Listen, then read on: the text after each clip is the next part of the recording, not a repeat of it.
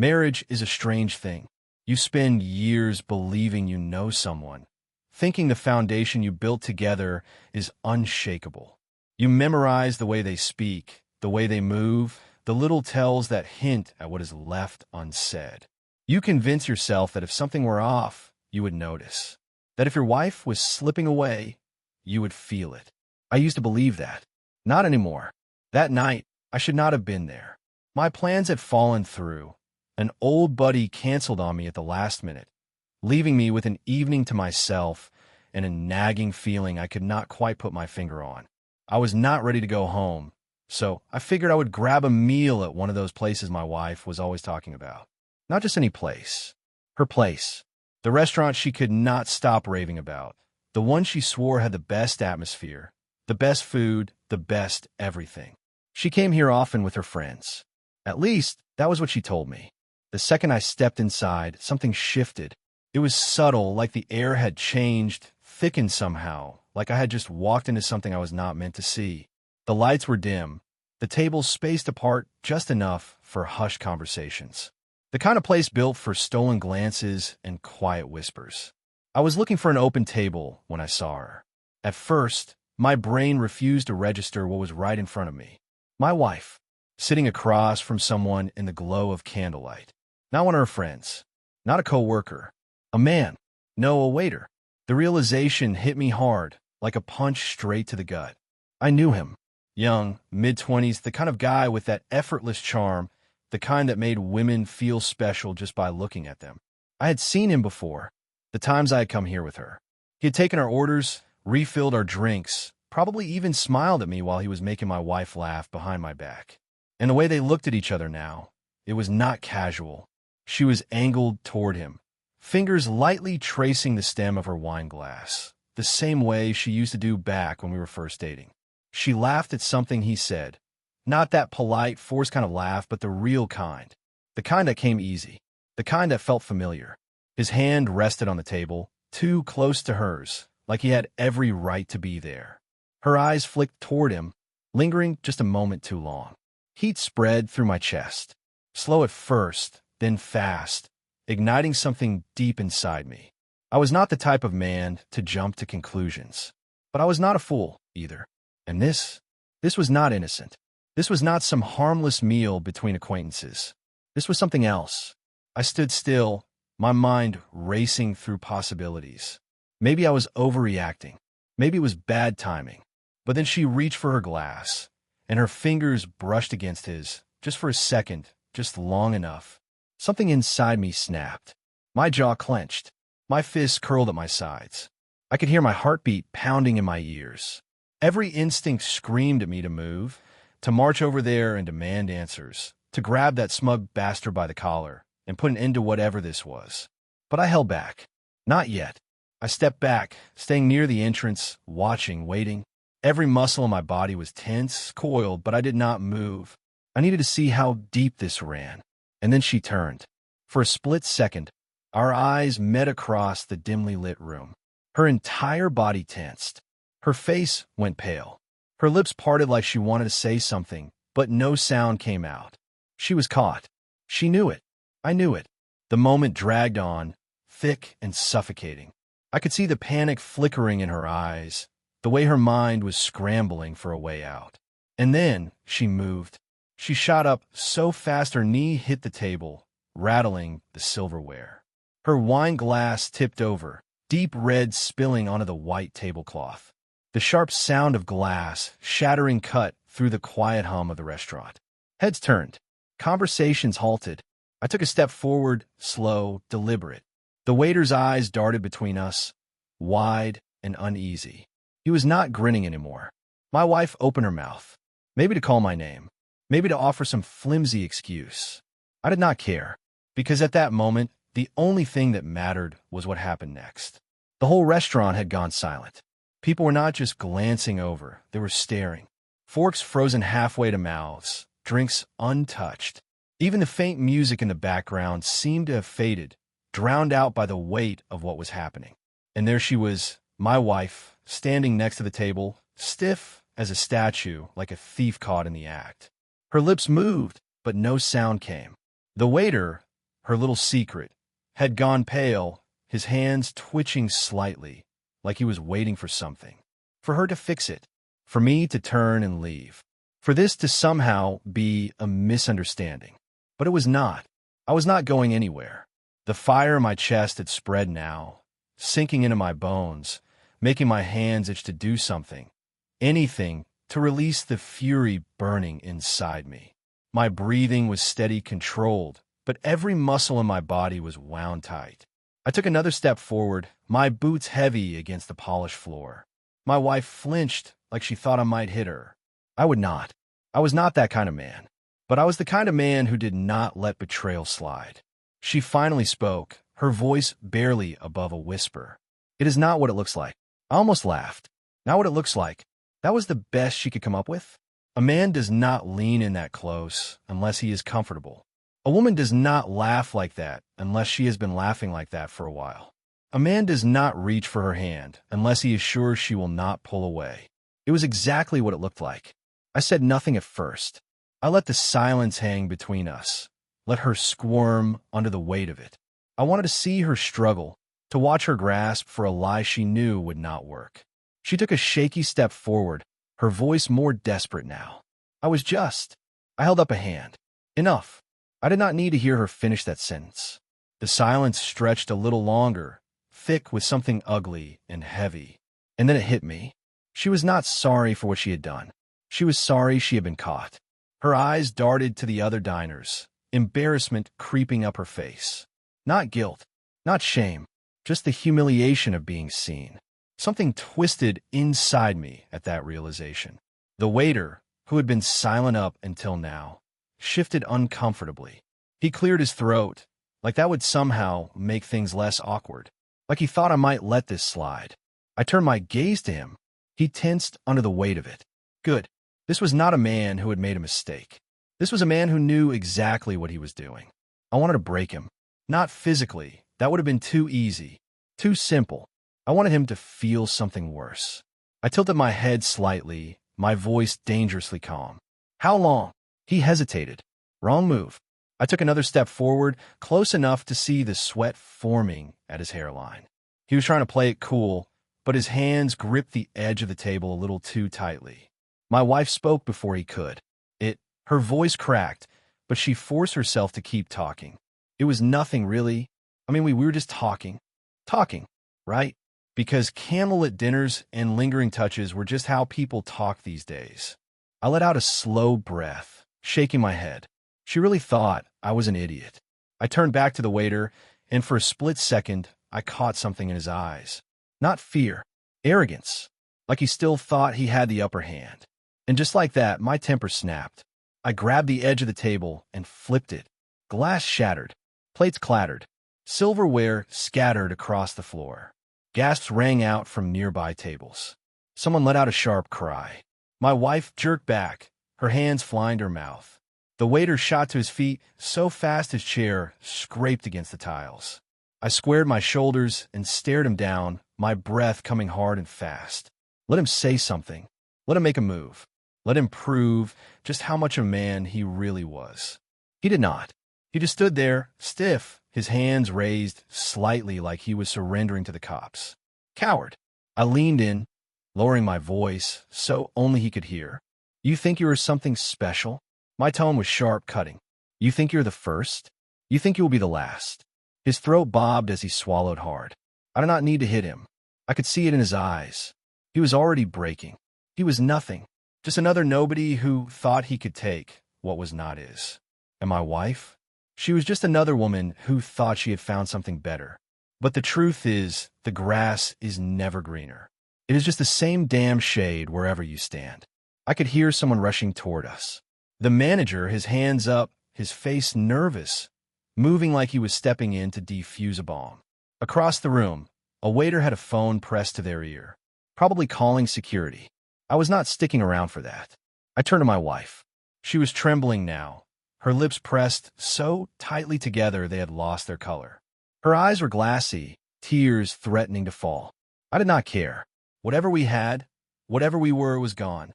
I took a slow, deep breath, straightened my jacket, and walked away. The only sound I heard as I left was the steady thud of my boots against the floor. Not her voice, not her excuses, not her begging, just silence. And I had never heard anything sweeter. I did not stop walking until I reached my car. My hands were still clenched, my blood still running hot. The cold night air should have cooled me off, but it did not. The anger had settled deep, pressing against my ribs like a fire that would not go out. I yanked open the car door, slid into the driver's seat, and gripped the wheel until my knuckles went white. The scene played over and over in my head. Her face when she saw me, the way she turned pale, the way she scrambled for an excuse. That damn waiter, sitting there like a deer caught in headlights. Too much of a coward to say a word. The rage had not faded. If anything, it had grown. But it was not just at her, or him. I was angry at myself, because I should have seen it coming. The signs had been there. I had just chosen to ignore them. The late nights at work, the outings with friends she never invited me to, the little shifts in her behavior, the way her phone was always in her hand, the way she smiled at messages but never at me, the way she had suddenly started dressing up for no reason at all. And I had let it happen. I had let myself believe the lies because it was easier than facing the truth. I forced my grip to loosen on the wheel, exhaling slowly. My pulse was still pounding, my mind still racing. But one thing was clear. She had destroyed everything. And the worst part? She was not even sorry. Embarrassed? Sure. Scared? Definitely. But regret? No. If I had not walked into that restaurant, she would have gone home, kissed me on the cheek, crawled in a bed beside me like nothing had ever happened. The thought made my stomach turn. I should have left. I should have put as much distance between us as possible. But I didn't. Because I knew her. And I knew she was not done. She would come after me. Not because she loved me. Not because she wanted to fix things. But because losing me would be inconvenient. A cheating wife never wants to lose her husband. She just does not want to choose. And I was not about to make it easy for her. 15 minutes passed. Maybe 20. And then there it was. A frantic knocking on my window. I did not have to look to know who it was. I kept my eyes straight ahead, staring at the empty parking lot, my jaw locked, my breathing even. She knocked again, harder this time. I let her wait. Let her feel what I had felt back in that restaurant. That creeping, suffocating panic of realizing she had no control over what happened next. Finally, I turned my head. She was standing there, face red, eyes wide. Panic. Desperation. I rolled down the window. Slowly. Not because I wanted to hear her out, but because I wanted her to know she was not owed anything from me. Not even my time. Her mouth opened, but I spoke first. You better choose your words carefully. My voice was calm, cold, because they're the last ones I'm ever going to listen to. She swallowed hard, then blurted out the first thing that came to mind. I'm so sorry. No, I did not mean it. Not it was a mistake. Not even I love you. Just sorry. Like that changed anything. Like that erased what I had just seen. Like that undid the fact that she had sat across from another man, laughing, touching his hand, living a life I knew nothing about. I did not answer. I just looked at her. She was shaking now, arms wrapped around herself, lips pressed so tight they had turned pale. Good. Let her feel it. Let her taste what helplessness was like. Finally, she found her voice again. It was not. She stopped, shook her head, trying to mold the right words, something that would make this mess seem smaller than it was. It was not serious. I let out a short, dry laugh. Not serious? I repeated, tilting my head. Then what was it? Her mouth opened, then closed, then opened again. She had nothing, because there was no answer that would make this better. Still, she tried. I was lonely, she whispered, as if that would make me feel sorry for her. I did not mean for it to happen. Her voice cracked. It just happened. I clenched my jaw. It just happened. Like she had tripped and fallen into his arms. Like she had no control over herself. Like she had not made the choice again and again. That was what set me off the most. She was not taking responsibility. She was not saying, I did this because I wanted to. She was treating it like some kind of accident. I turned toward the windshield, exhaling through my nose. This was pointless. I had been an idiot to expect anything else. She was not going to say what I needed to hear. She was not going to own up to it. She was just going to keep making excuses, keep twisting this into something smaller, something fixable, something she could smooth over with a few well-placed tears. Not this time. Not with me. I turned back to her, my gaze cold and final. We are done. The words hit like a slap. She flinched. Wait, she whispered, reaching for me like she actually thought she could pull me back. Please, just let me explain. I rolled up the window. She pounded on the glass, her muffled voice still begging, still pleading. I did not care. I put the car in drive. And as I pulled out of that parking lot, leaving her standing there in the cold, I felt something I had not felt in a long time. Freedom. I drove without a destination. Just miles of open road. Streetlights throwing long shadows across the pavement, headlights slicing through the dark. Out here, away from the city, away from that restaurant, the world felt quieter, lighter. But no matter how far I drove, I could not outrun it. Her face, her voice, that waiter's smug little expression. I tightened my grip on the wheel. It was not the cheating that made me feel like I was burning from the inside out. It was the lie, the years of it, the ease with which she had lived two lives. One as my wife, one as something else entirely. And she would have kept going. She would have come home that night, kissed me on the cheek, curled up beside me, and gone to sleep like nothing had happened. I slammed my foot against the gas pedal. My pulse roared in my ears. I was not the kind of man who broke things. Not the kind to lose control. But right now, if that waiter was sitting in my passenger seat, I did not know what I would do. I did not want revenge. I wanted something worse. I wanted him to feel small. Because that was what he was. Just a side piece. A mistake she was too weak to walk away from. He thought he had taken something from me. He thought he had won. But the truth? She was the one who lost everything. The first call. My phone rang. I did not need to look to know who it was. I let it ring once. Twice. Then I answered. Silence. Then her voice. Small. Shaky. Where are you? I exhaled slowly, resting my elbow against the window. Driving. A pause. I do not know what to say. I smiled bitterly. You do not have to say anything. She sucked in a breath. Please. Just come home. Let's talk about this. Talk. Like this was some misunderstanding that needed clearing up. Like I'd caught her spending too much money on clothes or forgetting to text when she was running late. Like I had not just watched her sit across from another man, touching his hand like she used to touch mine. I stayed silent. She sniffled. I did not mean to hurt you, she whispered. It was not supposed to happen like this. I closed my eyes, pinching the bridge of my nose. It was not supposed to happen like this. Not that it was not supposed to happen at all. Not that she wished she had never done it. Just that she wished she had not been caught. That was the difference between guilt and regret. She did not regret cheating. She regretted losing. I finally spoke. How long? She hesitated. That told me everything. A woman who had made a mistake would answer immediately. A woman who had lived a lie had to think about it. A few months. I almost laughed. A few months. That was enough time to fall in love. Enough time to build something real. Enough time to dismantle a marriage, brick by brick, without me even noticing the cracks. I swallowed hard. How did it start? Silence. Then finally a sigh. I do not know. It just. Do not say it just happened. She inhaled sharply. I want the truth, I said, my voice firm now.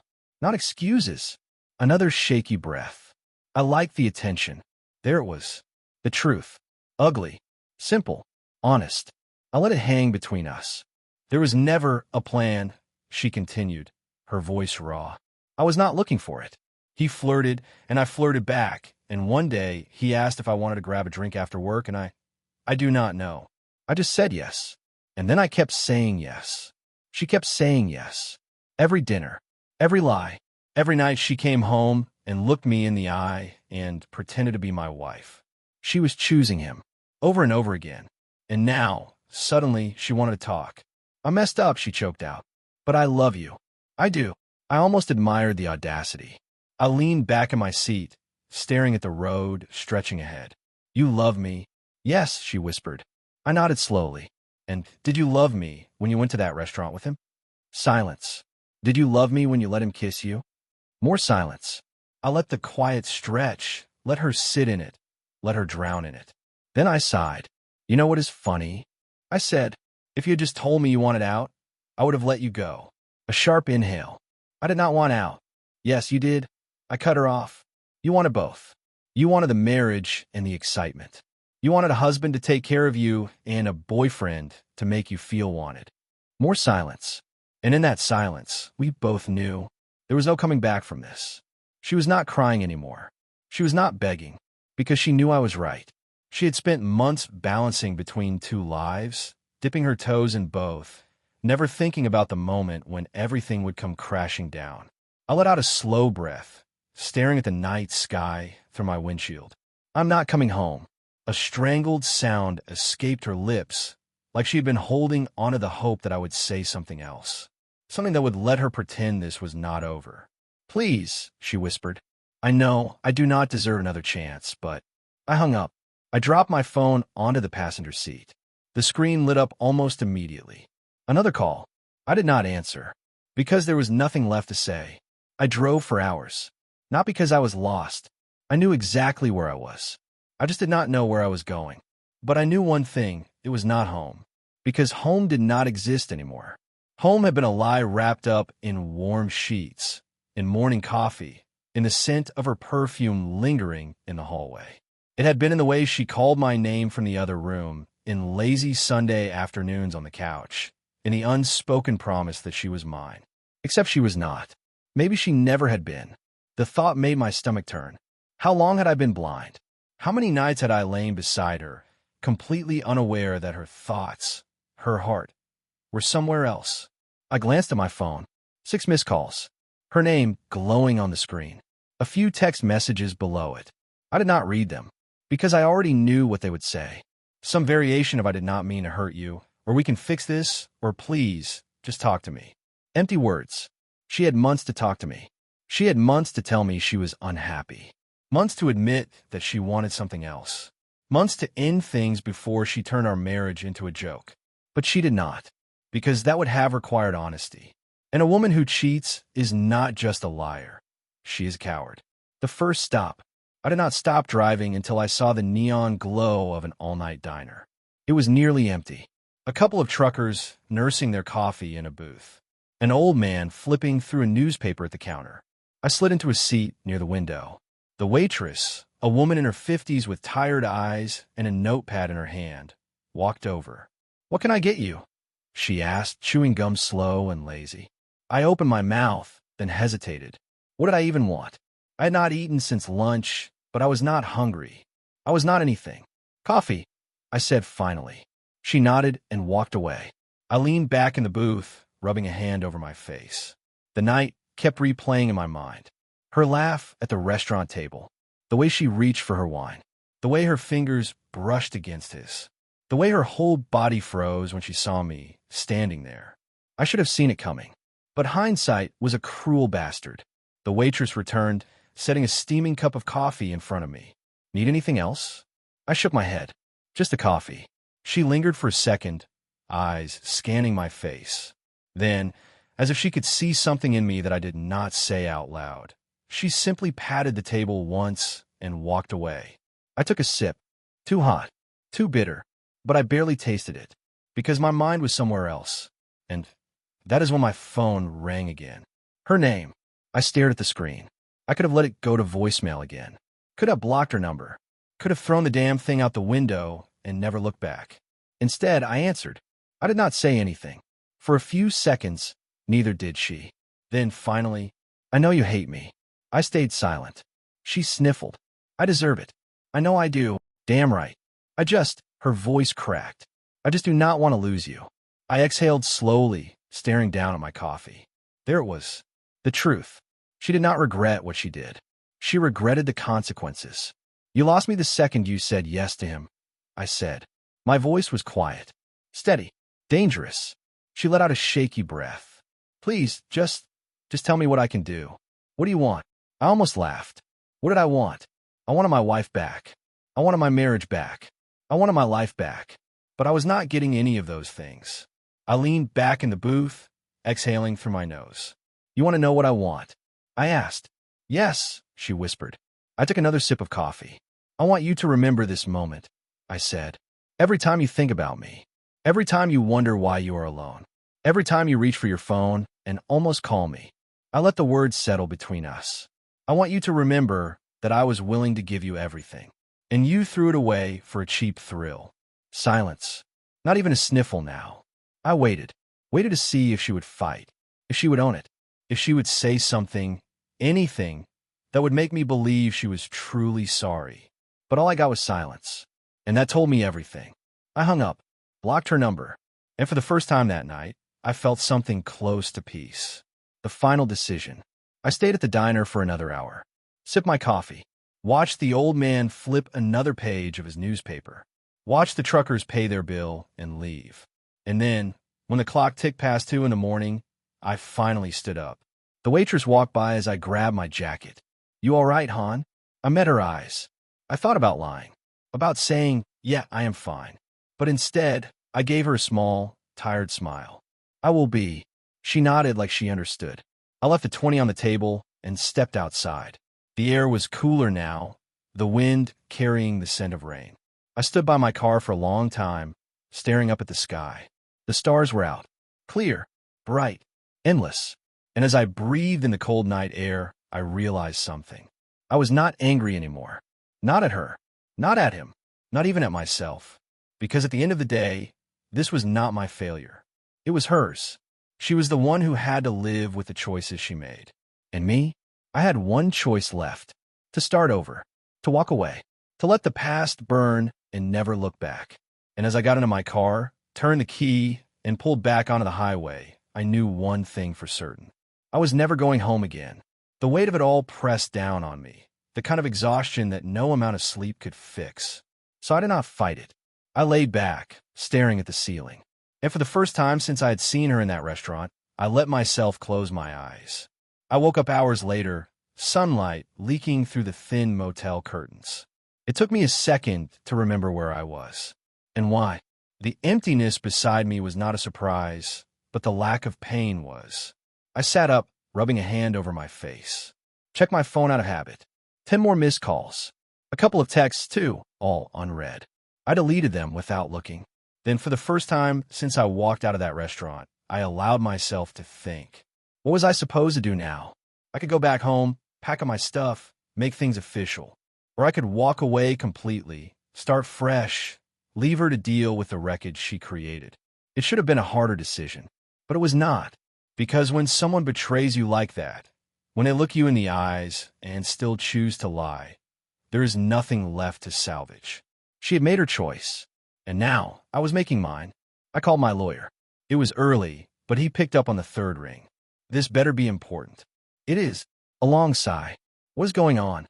I need a divorce, I said. My voice was steady, firm. No hesitation, Doc. That woke him up. Damn. That bad.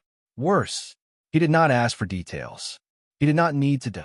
All right, he said after a beat. I will get the paperwork started. You want to meet in person? No, I said. Just email me what I need to sign. Another pause, Doc. Then, you sure about this? I thought about her voice on the phone last night. I just do not want to lose you. Not I love you. Not I am sorry. Not even I will do whatever it takes to fix this. No, she just did not want to lose. And I was not going to give her the chance to win, Doc. I've never been more sure of anything in my life. By noon, I was back in the car. Not to stay. Not to forgive. Just to take what was mine and leave. I did not tell her I was coming. I was not interested in another confrontation, in another round of her trying to twist things, trying to convince me that this was something we could work through. Some things could not be undone. The house looked the same when I pulled up. Same porch. Same flower beds she planted last summer. Same damn welcome mat that now felt like a joke. But it was not home anymore. I stepped inside. The air smelled like her perfume. Like the candles she always kept burning. Like memories. It almost made me hesitate. Almost. I grabbed a suitcase from the closet and started packing. Not everything. Just the essentials. Clothes. Shoes. A few personal things that actually meant something to me. I was halfway done when I heard footsteps. I did not even have to turn around. I knew you would come back, she said. Her voice was soft. Hopeful. I zipped the suitcase shut. I'm not staying. She flinched at that. You do not have to do this. I finally turned to look at her. She was standing in the doorway, arms crossed over her stomach. Her hair was messy, her eyes puffy, like she had not slept, like she was the victim in all of this, like she was the one who had been blindsided. I let out a short laugh, shaking my head. You really think this is something we can fix? She took a small step forward. I think, she swallowed. I think people make mistakes. I scoffed. A mistake is one time. What you did, that was a choice. Over and over again. Her lip trembled. I love you. The words should have hurt. But they did not. Because I did not believe them. You do not even know what love is, I said. If you did, we would not be here. Tears slipped down her face. I did not want to lose you. There was again. Not I am sorry. Not I was wrong. Just fear. Fear of losing me. Fear of being alone. I grabbed my suitcase. Walked right past her. Stopped at the door for only a second. You lost me the second you said yes to him, I said. And then, without another glance, I walked out. I did not slam the door. Did not yell. Did not say another word. Because some endings do not need an explanation. Some endings just are. And this was the end. The door clicked shut behind me. No slamming, no shouting, just the quiet finality of a life ending with a whisper instead of a bang. I did not look back. Did not care to see her standing there, arms wrapped around herself, waiting for me to turn around and give her some kind of hope that this was not permanent, that I was just angry, that I would cool off and come back, and we would patch things up like we always did. But there was nothing to patch up. She had burned everything to the ground, and I was not sifting through the ashes to find something worth saving. I threw my suitcase in the trunk, got in the car, and pulled away from the driveway one last time. She did not chase me, and even if she had, it would not have mattered, because I was already gone. I did not have a destination in mind. There was no next step in place, no grand plan. I could get an apartment. I could crash with a friend. I could book a hotel and just exist for a while, breathing air that was not poisoned by the scent of her perfume. But first, I just needed a drive. Away from the house. Away from the lie. Away from everything that was supposed to be my future. The road stretched out in front of me, long and endless, each mile putting more distance between me and the life I thought I had. And for the first time since I saw her in that restaurant, I let myself feel it. The betrayal, the loss, the sheer, gut-wrenching waste of it all. Not grief, not in a way people mourn something they loved, but anger, the kind that sat low and heavy in your chest. Not sharp and explosive, but slow-burning and deep-rooted. The kind that whispered, you gave her everything, and she still chose less. I clenched the steering wheel, my knuckles white. I had spent years building something with her, thinking we were solid, unshakable, that no matter how hard things got, we would work through it. But while I was fighting for us, she was sneaking around with a damn waiter. And that was the part that ate at me. Not just that she cheated, but who she cheated with. She did not leave me for some rich businessman, some guy who could give her more than I ever could. She threw away our life for some kid who probably did not even have a damn savings account. I laughed bitterly, shaking my head. She did not cheat because she was in love. She cheated because she was bored, because she liked the attention, because she liked feeling wanted by someone new, because she liked the thrill of sneaking around, the rush of it all. It was never about him. It was about her. And that was when it hit me. She was always going to do this. Maybe not with him. Maybe not this year. Maybe not the next. But eventually. Because women like that, the ones who get restless, the ones who need constant validation, they never stop chasing the high. And even if I had stayed, even if I tried to fix things, even if I had forgiven her, it would have happened again. That realization settled over me like ice water. And suddenly, I was not mad anymore. I was just done. The sun was setting by the time my phone rang again. Blocked number. I almost did not answer. But something told me I should. I put on speaker. What? Silence. Then, you are really leaving. Her voice. She had blocked her number, thinking maybe I would pick up if I did not recognize it. I exhaled through my nose, keeping my eyes on the road. I already left. A shaky breath on the other end. I do not know how to do this, she whispered. Do what? I asked flatly. She hesitated. Be without you. I let out a short laugh, humorless. Should have thought about that before you spread your legs for him. Sharp inhale. A quiet sniffle. I did not feel bad. Not anymore. I messed up, she said. But it did not mean anything. I tightened my grip on the wheel. Then why do it? Silence. I'll let it stretch. Let her feel it. Because you wanted to? I answered for her. Because you did not care how it would end. Because you did not think you would get caught. More silence. I shook my head. You know what the worst part is? What? I do not even think you regret it. She sucked in a breath. You regret losing. Her voice was barely a whisper now. I do not want to lose you. I smirked. Then you should not have bet against me. Click. I hung up, blocked the number again, tossed the phone onto the passenger seat. And just like that, she was gone. The road stretched ahead, dark and endless. And for the first time since it all fell apart, I realized I was not dreading the future. I was not weighed down by what-ifs. I was not clinging to something that was never mine to begin with. I was free, and maybe, just maybe, that was the best thing she had ever done for me.